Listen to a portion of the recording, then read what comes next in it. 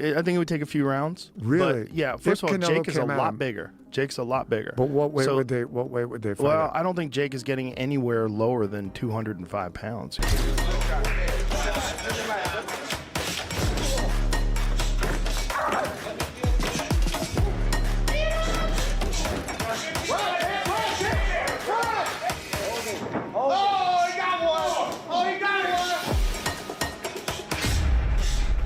There's a few Americans, and this might be crazy, I think Jake Paul's got a chance. And I know that sounds crazy, but I do think that there are, where I don't believe anyone over here thinks this goes more than around 2 max. Joe Rogan is surprised by how much Jake Paul's body has changed before the fight with Anthony Joshua. He says Jake looks very focused and ready. Rogan also mentions that Jake has fought real fighters before, even if some were close to retiring, and Jake still trained very hard for them. He adds that Joshua getting closer to 40 makes the matchup different and more interesting. Rogan says he honestly wants to watch how this battle plays out. What happens? It would be crazy. I like a little freak show every now and then. As far as, like, would you like to see... I like Jake a Paul, lot of freak show. Look, if Jake Paul wants to fight for the title, I would like to see him beat top contenders in the light heavyweight division or whatever division he chooses to compete at, and then eventually fight for a title. Yeah. But are the fights even real? Like the Tyson fight? Like I saw video breakdowns of Tyson not throwing punches. Jake Paul's new body transformation has gotten a lot of attention in the fighting world. A short video online shows him looking sharper, stronger, and in better shape than in any of his past training camps.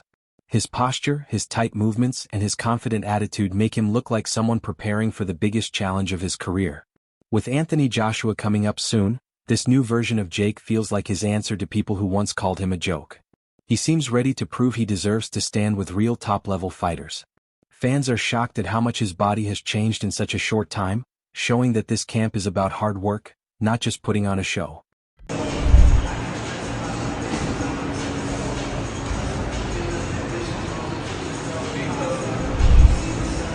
Former world champion Andre Berto adds an interesting point to the discussion.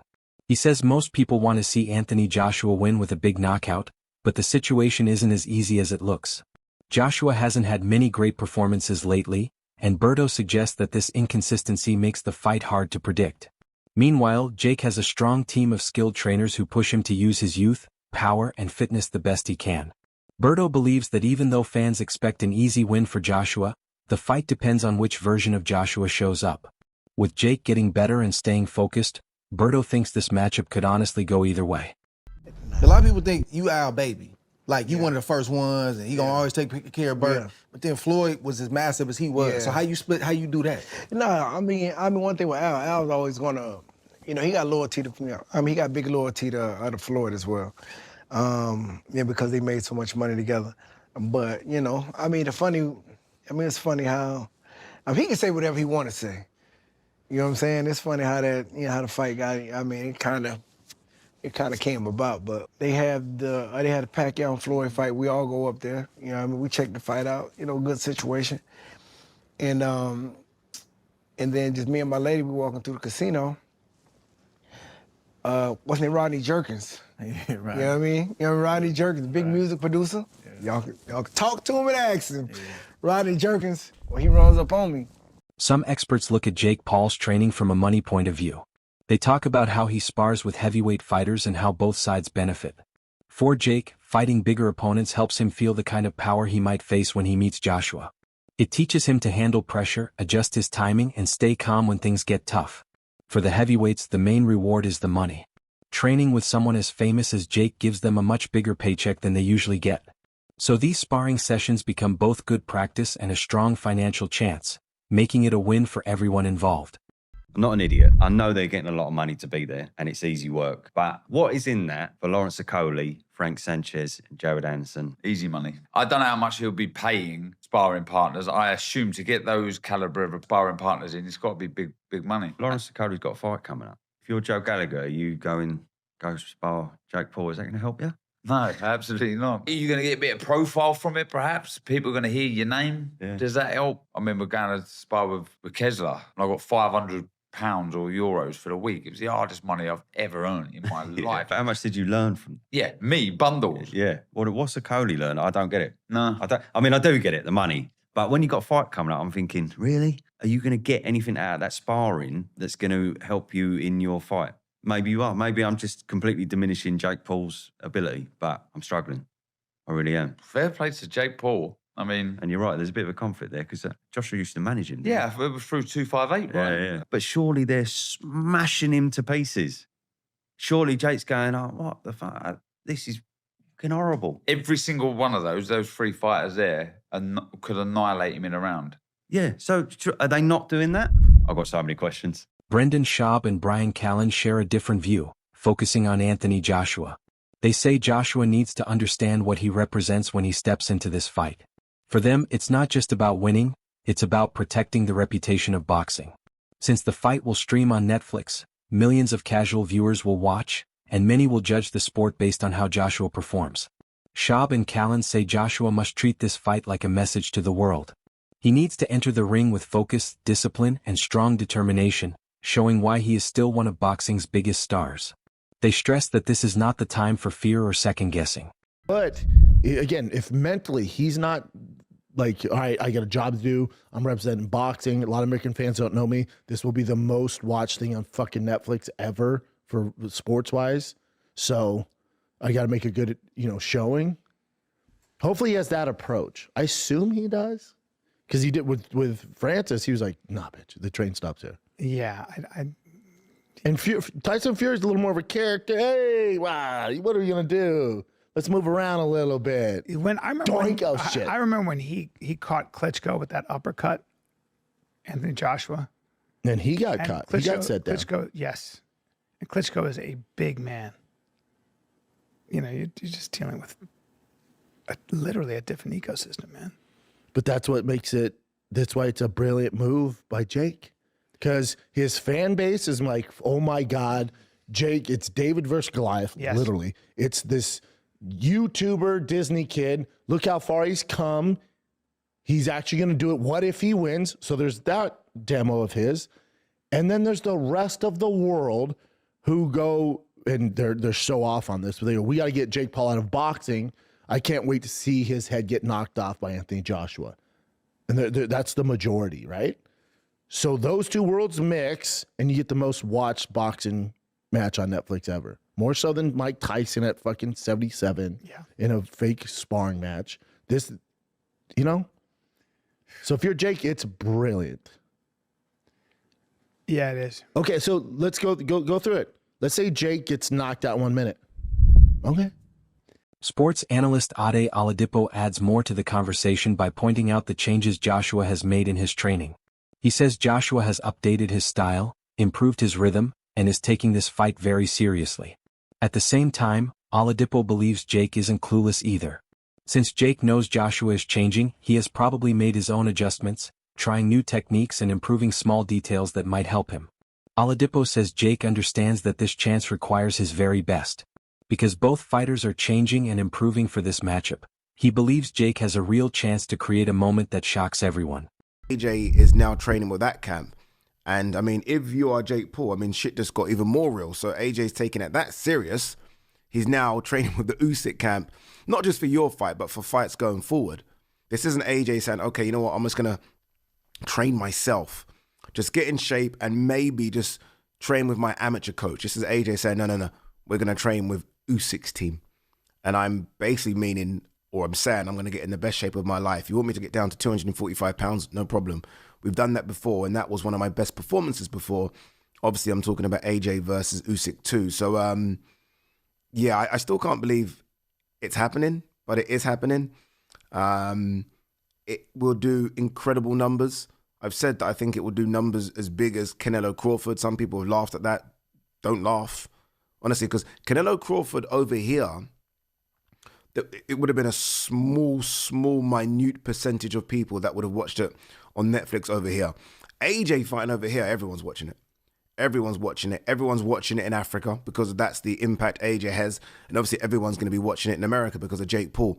And then because of how that photo looked. Again, David versus Goliath. People are now way more intrigued than they were for Gervonta Davis versus Jake Paul. So I'm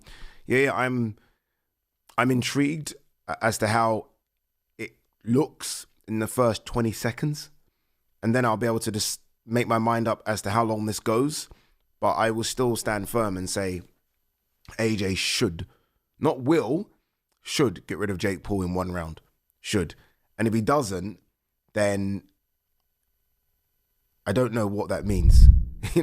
On Boxing Scene today, analysts said this fight is one of the boldest choices Jake Paul has ever made. They explained that he could have picked easier opponents and slowly built his record. Instead, he chose to face a former heavyweight champion known for big knockouts and strong skills. This choice brings huge risk but also huge reward. If Jake does well, even if he loses, people will see him differently. If he wins, it could change the boxing world in a big way. The analysts say Jake taking such a dangerous fight shows how serious he is about earning a real place in the sport. But listen, Joshua's done this already. He fought a guy that he was supposed to destroy, right? And then he went out there and he destroyed him. And he didn't play with his food. Yep. He didn't say, okay, it was Ngannou I'm talking about, obviously. Of course. Who gave Tyson Fury fits and really had everyone questioning Tyson Fury's ability because he struggled with an MMA fighter in his pro boxing debut. Anthony Joshua didn't do that. He went out there and did what we all expected Tyson Fury to do and completely wiped the floor with the guy. And if Joshua doesn't do that this fight, I agree with you, Jimmy. It's going to hurt his stock. It's going to hurt the way that people perceive him moving forward. And also, I think, honestly, and if he doesn't go out there and just lay into Jake Paul and end it in the first, if not second round, to me, it's gonna look fishy to me. It's gonna look like this was a setup. This was an exhibition. This wasn't a real fight. If this is a real fight, it should be over in 90 seconds because Anthony Joshua is a legit gold medalist, super heavyweight, crazy athlete, awesome power, and Jake Paul just isn't on that level in any way. And he's not and he's undersized. You know, Jake Paul was fighting a cruiserweight in his last fight. He was under 200 pounds. You know, Joshua is a legit 250 pounds with abs, and the guy punches with the right hand like a cannon. The one advantage Jake Paul has had in previous fights, and we all know people who have worked with him, and they go, he's got natural power. He can hit pretty well for his size. Not elite, right? Not world champion, but he can hit pretty well for his size. Paulie, that one advantage that he's had in previous fights is completely gone in this one. Yes or no? Yeah, I mean, I still think Jake can hit a little bit. Yeah, he may be able, if you hit Joshua on the chin, you can hurt him. But that's been what if Mike Tyson? You gotta get there, Chad. Yeah, that's what I'm saying. What if Mike Tyson lands on Jake? What if Arturo Gatti would have hit Floyd Mayweather? I can remember that argument back 20 years ago. The what if he hits him on the chin usually doesn't happen. Sean Jones, the analyst, looks at the marketing plan behind Jake's career. He explains that Jake keeps calling himself the YouTuber fighting Anthony Joshua because it grabs attention and helps sell the story. But behind that image, Jake is no longer the beginner people once ignored. He has fought real opponents, built a strong training system, and turned himself into a true professional athlete. The analysts say Jake still uses the entertainer angle on purpose because it brings in more viewers. But his real identity has changed. The man getting ready for Joshua isn't just an online star anymore. He's a serious boxer with real skills.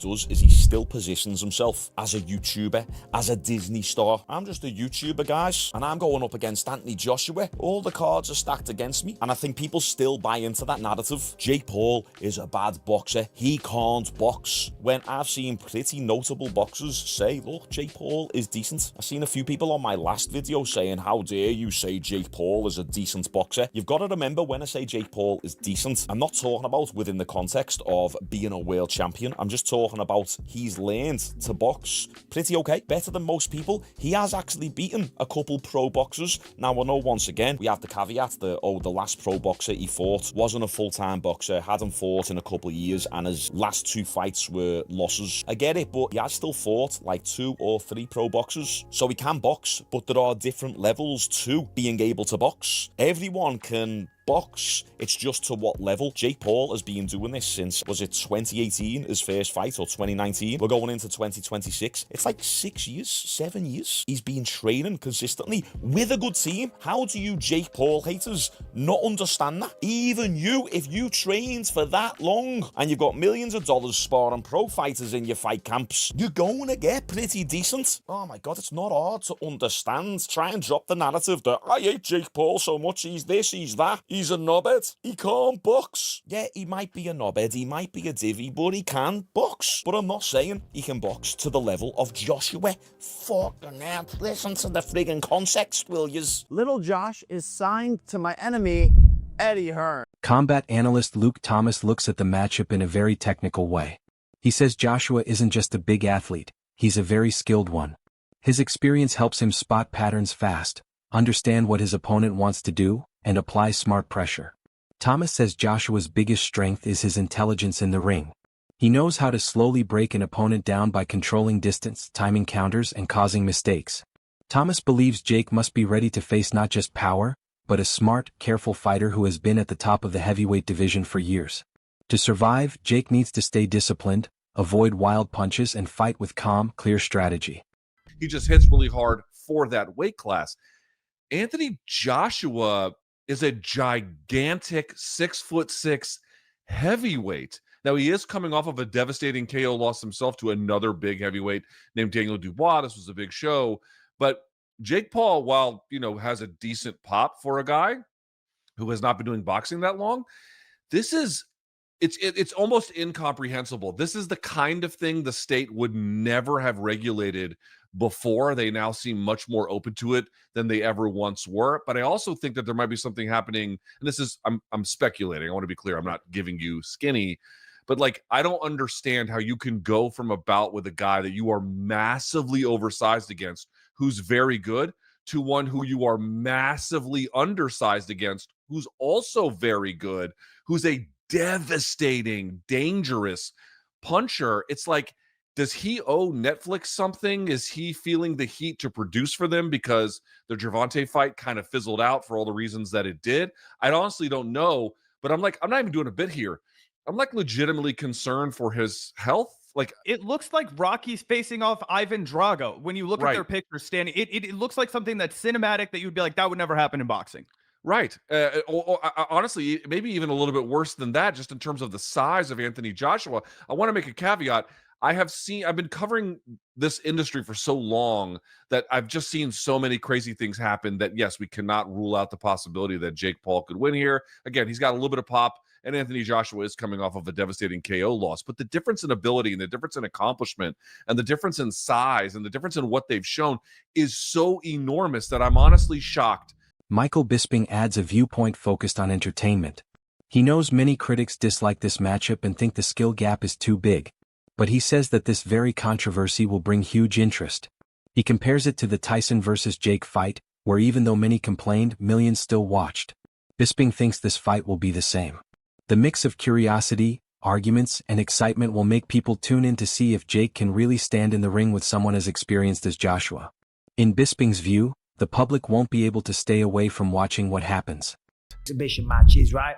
The whole idea of it is that it's an exhibition, right? For the Jake Paul fans, for the Anthony Joshua fans, so everyone can tune into Netflix and it will be a spectacle, just like Jake Paul versus Mike Tyson, right? That was a farce, it was a spectacle, but it was one of the most watched sporting events that year. Maybe of all time, I don't know the numbers off the top of my head, but a lot of people tuned in to watch that, okay? And that was an exhibition, and that's what this will probably be. I mean, it's like Thunder Lips versus Rocky back in the day. Remember Thunder Lips, played by Hulk Hogan? Thunder Lips is here.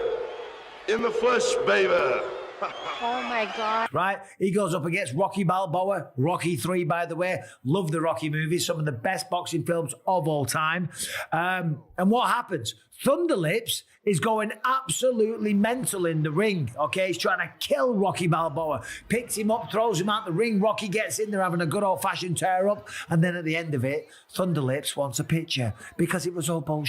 Okay, it was all an exhibition. It was all for the fans, okay? While you're still calm, can we get that Polaroid together? Yeah, sure. And that's all this is, okay? Granted, I don't know. Maybe they come out and they say, oh, no, this is legit. This is a real sanctioned heavyweight boxing matchup. I don't think they will. But if they do, I'll still call #1 goddamn bull on that. Simple. That's all for today's video. Stay tuned and see you next time.